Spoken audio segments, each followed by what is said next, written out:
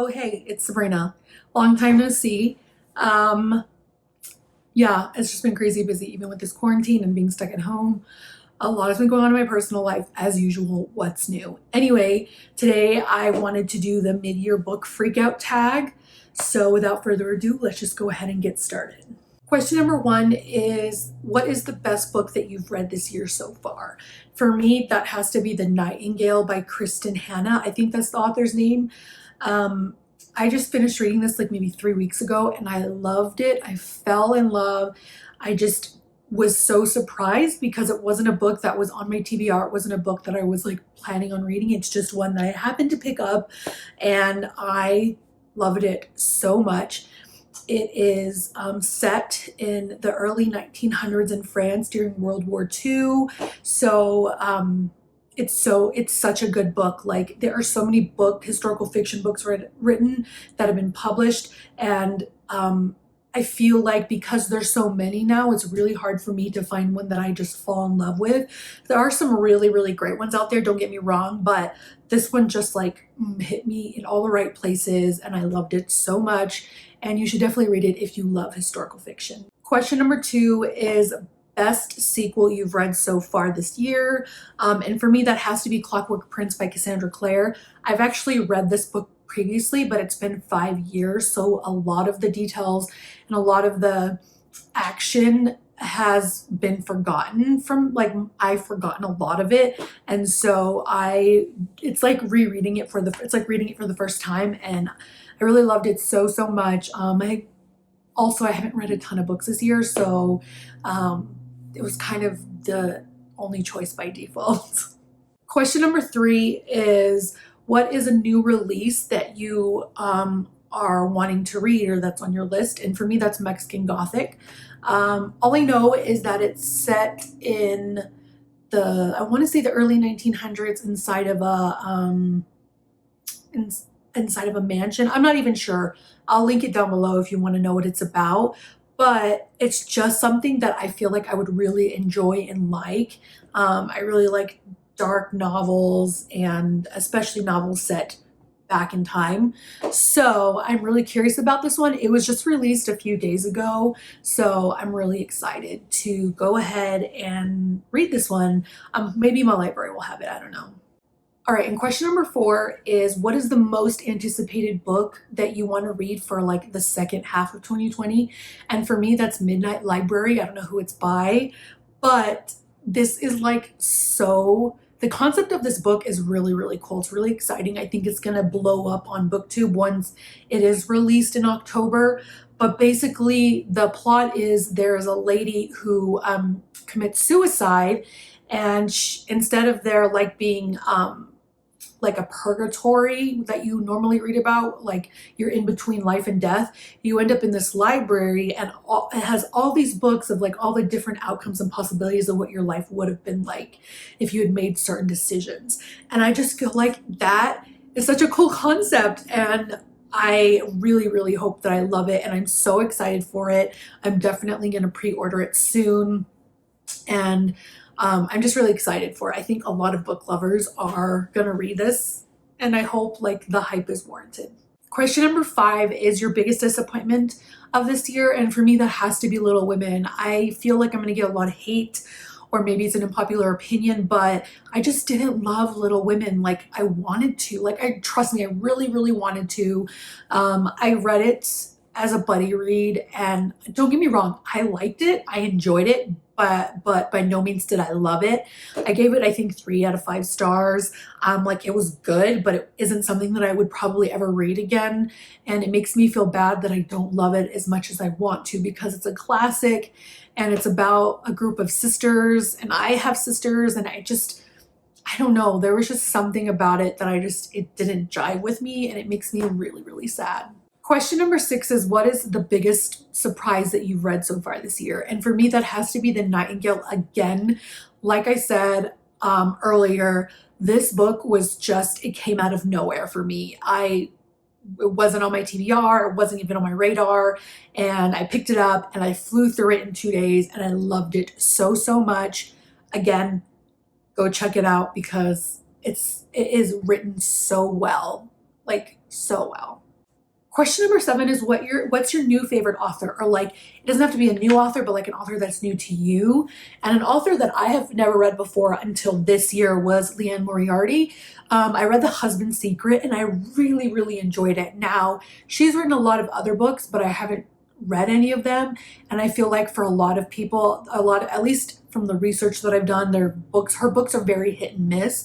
So, I really loved Husband's Secret, so because of that, I really like her as an author, and I'm gonna try and read other books by her to see if, if it's just a one-time thing or if her style is something that I like consistently throughout all of her novels. Question number 8 is your newest fictional crush. And for me, that has to be Jem Carstairs or James Carstairs from The Infernal Devices. This is not a new crush. I've had this crush since I first laid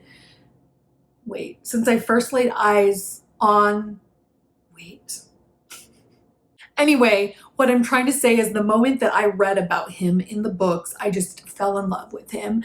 And rereading it's just made me fall in love with him all over again, and reminded me how great of a character he is. And man, like, I love Will Herondale, but I love Jem Carstairs just a tiny, tiny bit more. Like, just ever so slightly. Like, they were both amazing. Love them both beautiful boys. But there's something about a gem in my, like, a sweet boy. I feel like the popular opinion is to fall for the bad boy, but I don't know. Like, they're just, now that I'm a mom and I'm grown up, I feel like kind people are so hard to come by and so underrated that when I find that in a character or in real life, I just like cling to it for dear life. So it makes me really happy that in a YA novel, there's a teenage boy that is actually kind and smart and generous and not like just a bad boy that breaks all the rules. I don't know if that makes sense, but Jem Carstairs, I think, will be my forever fictional crush. Question number 9 is your new favorite character. And for me, that has to be Isabel Rossignol from The Nightingale. I mean, who's surprised? I'm not, because The Nightingale has so far been my favorite read of 2020. Isabel is this character that's just, for her time, so fearless, so brave, so strong. Like, I feel like if there was a person like her nowadays, it doesn't exist. And the type of person that she was during World War II, like, I feel like majority of the people today are not anywhere near as strong as her. And I don't know if I'm not trying to like diss anybody or make anybody feel bad, but the things that this woman endured in this book, or like just the things that people had to endure during war times, is just like unthinkable to me. Like, I think mentally, let alone physically, I could not handle all the things that she went through. And because of that, to me, she is such a courageous character. She's so inspiring, and like, I wish I could be her. And I just loved her as a character, and she's really what made this book so great. Because her sister, who is the other perspective in this book, it's interesting. Her perspective is interesting. It's just not as inspiring, and it's like, for me, I was a little bit like, your sister's off doing this and you're off doing like. Don't get me wrong, her sister went through some awful things as well, but it's just different. It's just different. And I found myself rooting for the sister, and the ending just tore my heart into pieces. I'm not going to spoil anything. Maybe I'll do a book review. Let me know if you want to see that, because I have a lot of thoughts about that book. Question number 11 is a book that made you happy. For me, that has to be The Priesthood Power of Women. If you didn't know, I'm Christian, I am Mormon, I'm LDS, Church of Jesus Christ of Latter-day Saints. It's not something I talk about a lot on my channel, because I feel like right now in the current state of our society, it's really, really tough to bring up religion and politics. Regardless, I'm very, very strong in my faith, and what I was trying to say is that this book kind of picks through the Mormon church and the different, like, the roles that women play within the church, within the family, and within the society.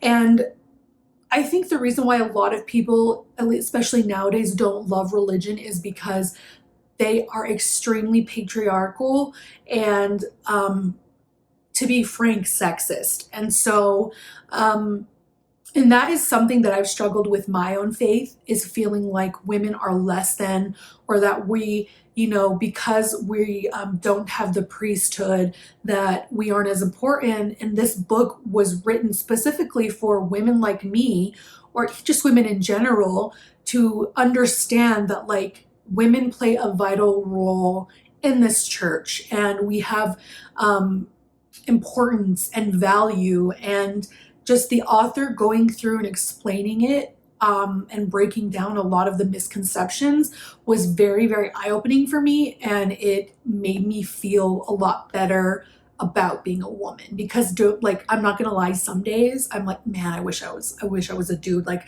my life would be so much easier if I was a dude. But I mean, at the same time, I like being a woman. Wow, I'm like way off topic. Okay, next question. Question number 12 is, what's a book that you've purchased that is just so beautiful? And for me, that has to be Chain of Gold by Cassandra Clare. All of her book covers are beautiful, and she's one of my favorite authors. So, I mean, they all have a theme, and they're also like, they're similar but different. I don't know how to explain it, but I really love the Chain of Gold cover. Now, I haven't read it, but it's gonna happen someday. I promise I'm gonna read Chain of Gold someday, but it might not be this year. And then the last question is question number 13. What are some books or series that you need to finish before the end of the year? And for me, I've made a personal goal to try and finish the rest of the Outlander books. I've only read book 1 this year, and we're already in June. So chances are I'm not gonna be able to finish all the books because the series is very long. But I want to try and get as far as I can and read as many books as I can, because the series keeps being filmed and keeps being released, and I want to kind of compare how the books are different to the TV show. And so, yeah, that's my goal, and those are the books that I want to read before the end of the year. Well, that's everything for this tag. I really hoped you enjoyed it. If you've done this tag, please let me know so I can go and check it out. I love, watching people's tags. Everybody just has such different opinions, and everyone has different taste in books, and so I find it interesting. But anyways, I really appreciate you taking the time to watch this video, and I'll talk to you very, very soon. Thanks for watching.